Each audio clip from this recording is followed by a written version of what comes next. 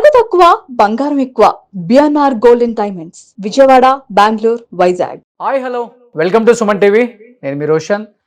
సూర్యాపేట జిల్లాలో యార్కారం అనే ఒక విలేజ్లో ఒక బీఆర్ఎస్ నేతని అతి దారుణంగా 3 ముక్కలుగా నరికి చంపి ఒకే గోనె సంచిలో పెట్టి ఎక్కడో పడేసి మళ్ళీ పోలీసులే ఆ బాడీని ఎక్కడుందో చెప్పడం అని అంటే రకరకాల న్యూస్ వినపడుతుంది. సో ప్రెసెంట్ ఇదే విషయం మీద మాట్లాడడానికి మనతో పాటు సిద్ధంగా ఉన్నారు కోదాడ బీఆర్ఎస్ మాజీ ఎమ్మెల్యే బొల్లం మల్లయ్య యాదవ్ గారు. మల్లయ్య యాదవ్ గారు, నమస్కారం అండి. ఒక్కసారిగా బీఆర్ఎస్ నేతని మరి ఇంత దారుణంగా చంపడం ఏ విధంగా చూడొచ్చు ఇది? అసలు అంటే రాజకీయ హత్య అంటారా, లేకపోతే పాత కక్షల హత్య అంటారా? ఇది ఆ గ్రామమే సమస్యాత్మక గ్రామం. గతంలో కూడా ఒక మాజీ సర్పంచ్ అంటే అప్పుడు ప్రస్తుత సర్పంచ్ ఉండే ఒంటెద్ది వెంకన్న అని, అతను కూడా అతి దారుణంగా చంపారు. ఆ తర్వాత ఇతను మధు కూడా చాలా రోజులుగా మాకు ప్రాణ భయం ఉంది, ఇబ్బంది జరిగే ప్రమాదం ఉంది, నా మీద రెక్కీలు నిర్వహిస్తా ఉన్నారు, నా మీద దాడి చేసే ప్రయత్నాలు జరుగుతూ ఉన్నాయని చెప్పేసి పోలీసు వాళ్ళ దృష్టికి అనేక సందర్భాల్లో తీసుకుపోయినా కానీ కనీసం పోలీసు వాళ్ళు కావాల్సిన భద్రతా ఏర్పాట్లు కూడా చేయలేదు. అనుమానితుల్ని పిలిపించి మాట్లాడటం కూడా చేయలేదు. దాని మూలాన ఇవాళ ఒక నిండు ప్రాణాన్ని పొట్టను పెట్టుకుంటాయి. రాజకీయంగానో వ్యక్తిగతంగానో కారణాలు ఏవైనా కానివ్వండి, ఇతరత్ర ఏదైనా కక్షలు కార్పణ్యాలు ఉంటూ ఉండొచ్చు. కానీ ఈ రోజు మారుతున్న టెక్నాలజీని బట్టి మనుషులు కూడా మారుతున్నప్పుడు ఈ హత్యల పరిష్కారం కాదు. దానికి తగ్గట్టు శాంతి భద్రతల వైఫల్యం కూడా పోలీసు వాళ్ళ నిర్లక్ష్యం మూలాన కూడా మాకేమైతే ఒక నెల రోజులు బెయిల్ తీసుకొచ్చుకోవచ్చు, ఏమవుతుంది అనే ఉద్దేశంతో ఒక ధైర్యంతో ఈ రోజు సాహసించే పరిస్థితి దాపుస్తూ ఉంది. గ్రామాలలో నిత్యం చూస్తూ ఉన్నాం, గంజాయి దాగిపోయి దాడులు చేస్తూ ఉన్నారు. ఇతరత్ర ఎప్పుడు లేని దగ్గర మా దగ్గర కూడా ఇటీవల కాలంలోనే గుర్తు తెలియని శవాలు ఊరు బయట దొరుకుతా ఉన్నాయి. ఏమవుతుంది ఏంది అనేది తెలియదు. మరి ఈ కాంగ్రెస్ రాజ్యంలో నడి బజార్లో పట్ట పగులే హత్యలు జరుగుతున్నా, అత్యాచారాలు జరుగుతున్నా పట్టించుకునే పరిస్థితి లేదు. శాంతి భద్రతల వైఫల్యం పూర్తిగా మన కళ్ళ కట్టొచ్చినట్టు అవపడుతూ ఉంది. పోలీసు వాళ్ళు కనీసం నోరు మెదిపే పరిస్థితి లేదు. అధికార పార్టీ వాళ్ళ జొలువులు పెరిగిపోయినాయి. అధికార పార్టీ వాళ్ళ సిఫారసు చేస్తే తప్ప పిటిషన్ పరిష్కరించే పరిస్థితి లేదు, పిటిషన్లు కూడా తీసుకునే పరిస్థితి లేదు. అది ప్రత్యేకంగా మా సూర్యాపేట జిల్లాలో మరీ మితిమీరిపోయిన హత్యలు జరుగుతూ ఉన్నాయి. నిత్యం దారిదోపిళ్ళు జరుగుతూ ఉన్నాయి. గంజాయి దాచి కూలీల మీద కూడా దాడులు చేస్తూ ఉన్నారు. నిన్న మొన్న మామూలుగా టీవీలలో చూసినాం. వ్యవసాయ కూలీకి పోయేసి వస్తూ ఉంటే ట్రాక్టర్ తన సైడ్ ఇవ్వలేదని చెప్పేసి గంజాయి మత్తులో ఉన్న యువకులు పోయేసి దాడి చేస్తే అతి దారుణంగా వాళ్ళ మీద భౌతిక దాడులకు పాల్పడటం జరిగింది.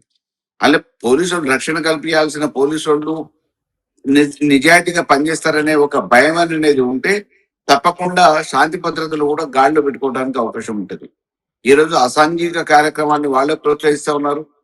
పార్టీల పేరు మీద ఎదుటోళ్ళని ఇబ్బంది పెట్టడానికి పరోక్షంగా సహకరిస్తున్నారు. కాబట్టి ఇటువంటి దాడులు హత్యలు జరుగుతూ ఉన్నాయి. దీన్ని చాలా సీరియస్ గా తీసుకోవాల్సిన అవసరం ఉంది. రాజకీయ హత్య అయితే నార్మల్గా కూడా అంటే చాలా హత్యలు చూసాం మనం, రాజకీయ హత్యల్ని. మరి ఇంత కిరాతకంగా 3 ముక్కలుగా నరికారని మనకు ఒక సమాచారం వస్తుంది. నిజమా అది? అంత కిరాతకంగా చంపుతారా? ఎంత రాజకీయ హత్య అయినా కానీ పాత కక్షలు లేనిదే? పాత కక్షలు ఉండొచ్చు అండి. పాత కక్షలు అంటే కూడా రాజకీయ కక్షలే. అంత మాత్రాన మామూలు ఈ రోజు 3 ముక్కలు చేసే అంత పరిస్థితి ఎందుకు వచ్చింది? నిజమా అది? అసలుకి 3 ముక్కలుగా నరికారు అసలుకి మీరు చూసారా? ఎస్, పొద్దున్నుంచి మామూలుగా టీవీలలో చూస్తూ ఉన్నాము, వింటా ఉన్నాము. వేరే వాళ్ళ దగ్గర నుంచి కూడా సమాచారం మాకు తెలిసినంత వరకు వస్తూ ఉంది. ఇది హత్య గావించటం మాత్రం చాలా అతి దారుణంగా హత్య చేసారు. 3 ముక్కలు చేసారు, బస్తాలలో కట్టారు, తీసుకుపోయి నీటిలో పడేసారు. ఆ నుంచి మళ్ళీ తీసుకొని రావడం జరిగింది. ఇది ముందస్తుగానే ఎప్పటి నుంచో నాకు ప్రాణ రక్షణ కావాలని చెప్పి పోలీసు వాళ్ళని కూడా వాళ్ళు పోయి అడగటం జరిగింది. అడిగినా కానీ పోలీసు వాళ్ళు కనీస భద్రత ఏర్పాట్లు కూడా చేయలేకపోయారు. శాంతి భద్రతల వైఫల్యమే ఇది. కేటీఆర్ గారి దృష్టికి తీసుకెళ్లారా? కేటీఆర్ గారు మాట్లాడారా మీరు? అదే జిల్లాకు సంబంధించిన ఒక మాజీ ఇటీవల కాలంలో రాజకీయ గ్రామ పంచాయతీ ఎన్నికల సందర్భంలో నామినేషన్ వేసేటప్పుడు ఒక చిన్న అపోహ వల్ల ఒక హత్య జరిగింది, రాజకీయ హత్య. ఇప్పుడు ఆల్రెడీ గతంలో ఒక మాజీ సర్పంచ్ వెంకన్న అని, ఒంటెద్ది వెంకన్న అని ఇదే కారణంగా హత్య గావించబడటం జరిగింది. ఆ తర్వాత అతనికి దగ్గరగానే ఉంటాడు ఈ మధు కూడా. దానికి సంబంధించిన శత్రువులు దాడి చేసే ప్రమాదం ఉంది అని చెప్పేసి ముందస్తుగా పోలీసు వాళ్ళకు సమాచారం ఇచ్చిన తర్వాత కూడా, పోలీసు వాళ్ళ దగ్గర సమాచారం ఉన్న తర్వాత కూడా అనుమానితుల్ని ఎవరెవరు ఏమేంటి వెంబడిస్తున్నారు అనే విషయం చెప్పినాక కూడా రెక్కీలు నిర్వహిస్తున్నారు, నాకు ప్రాణరక్షణ కల్పియండి అని చెప్పి అన్న తర్వాత కూడా పోలీసు వాళ్ళు పట్టించుకోలేని పరిస్థితులలో ఈ రోజు కాపు కాసి మరీ అతన్ని ప్రాక్టీస్ తీసుకుపోయి మర్డర్ చేసి 3 ముక్కలు చేయడం జరిగింది. అత్యంత దారుణంగా, అంటే వాళ్ళు అంటే భయపడే విధంగా, భయప్రాంతులకు గురి చేసే విధంగా. ఇది పోలీసు వాళ్ళు 100% పోలీసు వైఫల్యం అండి. కాబట్టి అప్పుడప్పుడు వచ్చి కలుస్తుంటారు కాబట్టి ఎలా ఉంటారు? సాఫ్ట్‌గా ఉంటారా మనిషి? లేకపోతే చాలా రెబెల్‌గా ఉంటారా ఆ మధు అనే వ్యక్తి అసలకి? ఏం లేదు, చిన్న వయసు, మామూలుగా అందరితో కలుపుకొని ఉంటాడు. రాజకీయంగా చాలా యాక్టివ్. మొదటి నుంచి కూడా గతంలో ఆ గ్రామంలో నాయకత్వం వహించిన వ్యక్తి, మా పార్టీలో కూడా చురుకైన కార్యకర్త. చిన్న వయసులోనే సర్పంచ్ గా పనిచేసే అవకాశం దొరికింది. అందరితోనూ కలుపుకోలుగా మంచిగా ఉంటాడు. ఏమి అసలు అతని వ్యక్తిత్వం గురించి ఎవరు కూడా ఫింగరింగ్ చేసే పరిస్థితి లేదు. కానీ రాజకీయంగా ప్రత్యర్థి వర్గాలు ఉంటారు కాబట్టి గ్రామ రాజకీయాలలో సహజంగా ఎదుగుతున్నప్పుడు వేరు కారణాల వల్ల ప్రత్యర్థులు దాడి చేస్తారనే విషయాన్ని పోలీసు వాళ్ళు దృష్టికి తీసుకుపోయిన తర్వాత కూడా ఈ రోజు రక్షణ కల్పించలేని పరిస్థితుల్లోనే ఈ హత్య జరిగింది. అంటే మీరు చెప్తున్నారు రాజకీయ హత్య అని చెప్తున్నారు కాబట్టి లాస్ట్ అండ్ ఫైనల్‌గా చెప్పండి. దీని వెనక ఎవరున్నారని చెప్తున్నారు మరి మీరు? ఎవరున్నారని అనుకుంటున్నారు మీరు? ఒక మాజీ ఎమ్మెల్యేగా.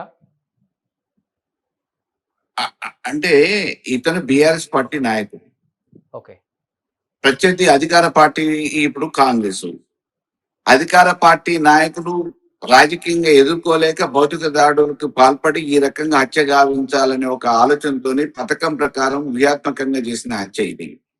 దీనికి ప్రభుత్వంలో ఉన్న నాయకుల సహాయ సహకారాలు పరోక్షంగానో ప్రత్యక్షంగానో లేకపోతే వాళ్ళు సాహసం చేసే అవకాశమే ఉండదు. కాబట్టి 100% ఇది కాంగ్రెస్ లో నాయకులు అని చెప్పకపోయినా కాంగ్రెస్ కు అనుబంధంగా వాళ్ళ సహాయ సహకారాలతోని, వాళ్ళ ఆశీస్సులతోని, వాళ్ళ సంపూర్ణ మద్దతు చేసిన హత్య ఇది. బీఆర్ఎస్ నాయకుడుగా మధు కేవలం రాజకీయంగా అంటే గ్రామాలలో సహజంగా జరుగుతున్న ప్రత్యర్థి వర్గాల దాడిలో భాగంగా జరిగింది.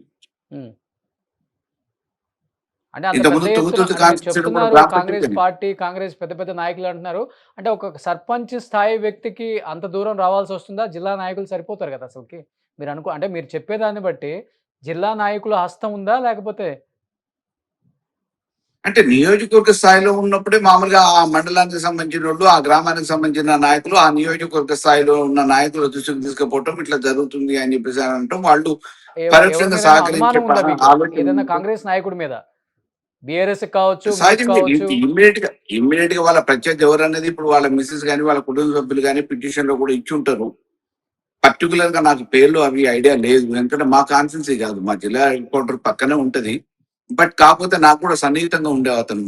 మధు కూడా చాలా సన్నిహితంగా ఉండేవాడు. ఇటీవల సంవత్సరం 6 నెలల క్రితం ఏమో బహుశా వాళ్ళ పిల్లల ఫంక్షన్ చేస్తే కూడా నాకు ఆహ్వానం పంపడం జరిగింది. ప్రత్యేకంగా వచ్చి రమ్మనమని చెప్పి కబురు కూడా పెట్టడం రిక్వెస్ట్ చేయడం జరిగింది. కాబట్టి సన్నిహితంగా ఉండే వ్యక్తే. రాజకీయ హత్యలను అయితే ఎవరు కూడా ఎంకరేజ్ చేయకూడదు సార్. మరి అంత దారుణంగా మీరు చెప్పినట్లుగా మరి 3 ముక్కలుగా ఒక వ్యక్తిని అంత కిరాతకంగా చంపి కక్ష తీర్చుకోవాల్సినంత అవసరం కూడా లేదు కూడా. మరి అతి దారుణంగా జరిగిన హత్య అని చెప్పుకోవచ్చు.